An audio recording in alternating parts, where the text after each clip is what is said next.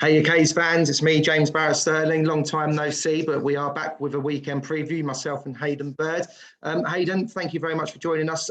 Just a quick one to get us started. Have you gotten over the result at Hornchurch last week yet? Yeah, Hornchurch was a disappointing result. We wanted to bounce back at Potter's Bar. Unfortunately, weather prevented that. But, there's going to be a few bumps in the road, as it were. This is football. I honestly felt that we deserved to get something out of the game. I think that probably, having seen the game again, at least one of our goals was most definitely onside. I don't think that could be denied now. But, it happens. It happens. There's no point dwelling on it. Hornchurch won. Good to see Mark. He's got a good side at Hornchurch. There's no doubt about it. And we'll crack on and continue to try to work hard to improve. Excellent. Although, of course, we like games to go ahead, but Tuesday night was curtailed by the weather, as you just say. Nice to see a quick response from Potter's Bar, though, and made sure people from our end didn't have to travel, etc. How have you utilised the free time in the week now ahead of the weekend? Yeah, Potter's Bar, first of all, were very accommodating, and we thank Lee and the officials for Potter's Bar for doing that, because that's a hell of a journey in midweek. And it would have been easy to have got us over there and allowed the rest to make a decision. But common sense definitely prevailed, because it was torrential, wasn't it, the storms? And probably a little bit dangerous to go on the motorway on Tuesday, I would have thought. So we were relieved that the right decision was made. I think that's fair to say. Unfortunately, we couldn't train Tuesday because the training ground was underwater. Nothing we could do there. Tuesdays we train on grass, Thursdays we train on astroturf. But the boys worked really hard on Thursday. Excellent training session.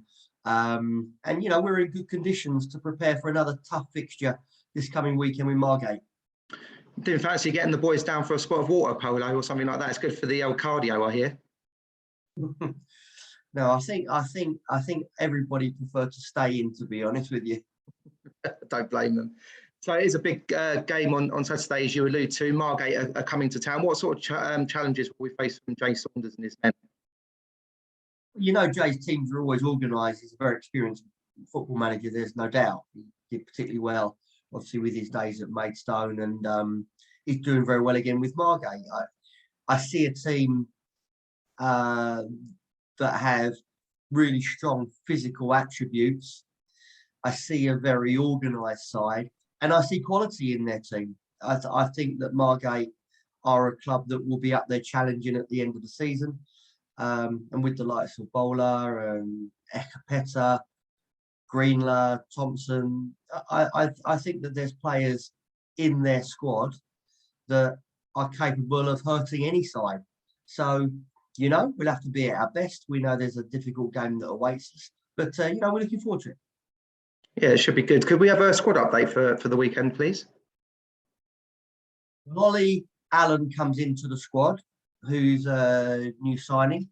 Ollie obviously started his young career at Dorking. He's still registered to Dorking. It's a dual registration, even though Mark wants him to come out and play games. That in this instance, that's not an issue. Obviously, Mark's a very good friend of mine. And I think he'll be a very big part of our squad moving forward. So we're delighted to welcome Ollie into the squad. In welcoming Ollie into the squad, we've decided to allow Teo to go out on loan. Teo's now fit. He's had a little bit of an injury-prone season with one or two niggling injuries, but his recent one was more serious, so he's been out for a number of weeks. And he's a young player that wants to play. And as a young player, we don't want to deny him football. He's part of our long-term future. There's no doubt about that. But we want to use a loan to Chickstead, which has been agreed today, to have the same sort of positive effect on Teo that going to Farnborough had on Elliot. And so, sometimes you'll see in the coming weeks one or two of the young players. Teo is one. We know John is another one that's doing very well out on loan.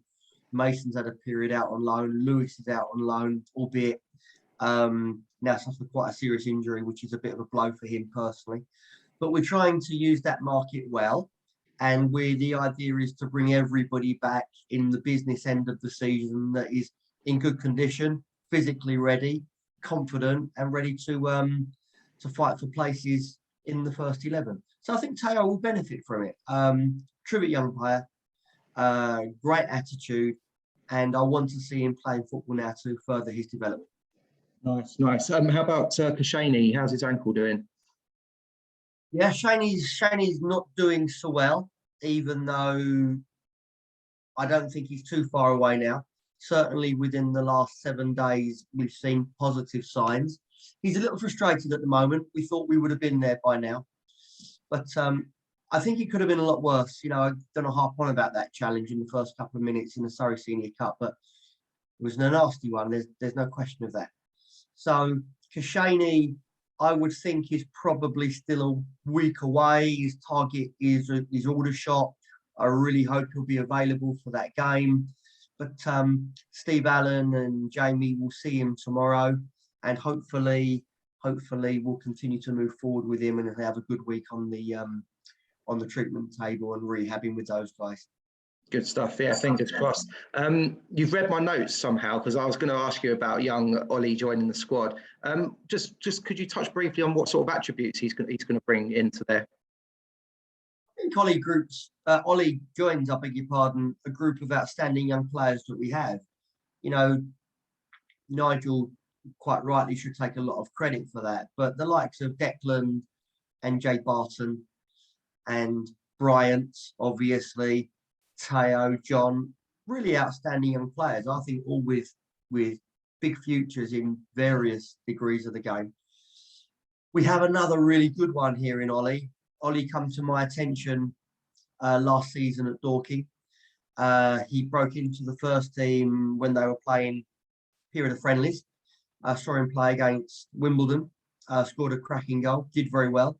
Wasn't only my attention that he come to, I think pretty much everybody started taking note of him then. Wolverhampton Wanderers were among many clubs that showed interest. He's been to Wolves, worked with Wolves. They're continuing to look, I think. And so we have a really exciting young player on our hands. Very young, but has a good frame, has a good stature, has got a good relationship with the ball. He's got a good poise and composure with the ball. And I think as a number 8 or a number 10, I think he can fit into what we do very well. I don't want to categorise him as a certain profile of player because he's a young player.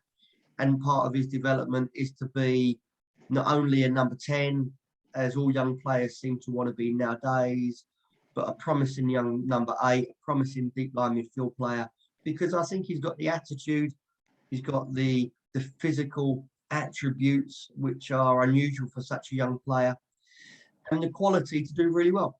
I wouldn't bring him here if I didn't think he could play, and I think he could improve us. Great. Just one final one from me then, Hayden. Obviously, in a week or so's time, 8 days' time, we've got the big cup game. We won't touch on it too much now because we'll have a big preview for that coming up. But we've got the small matter of East Thurrock United midweek before that. I've seen some chat online, etc. Is that game definitely still going to go ahead? Is that in your plans, or are we going to do what happened to us earlier in the season when Horsham did a bit of a postponement?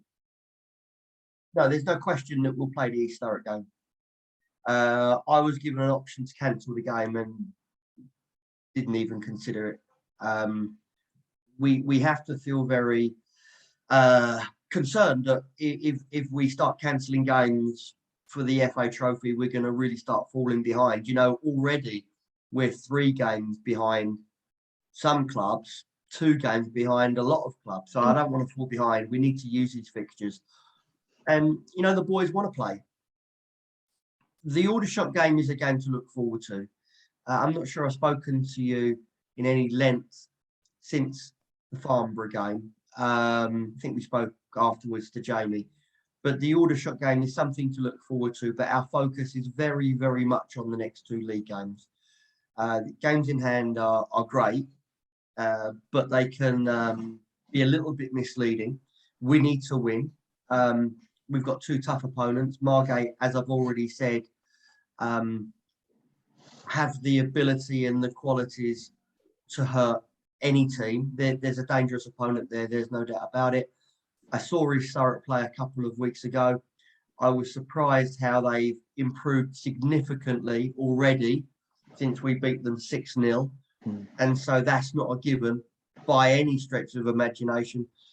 So we have to really work hard to win these games. After the East Thurrock game, then we'll start looking towards Aldershot. But let's put that one on the back burner and see whether we can do our best to get 6 points in the meantime.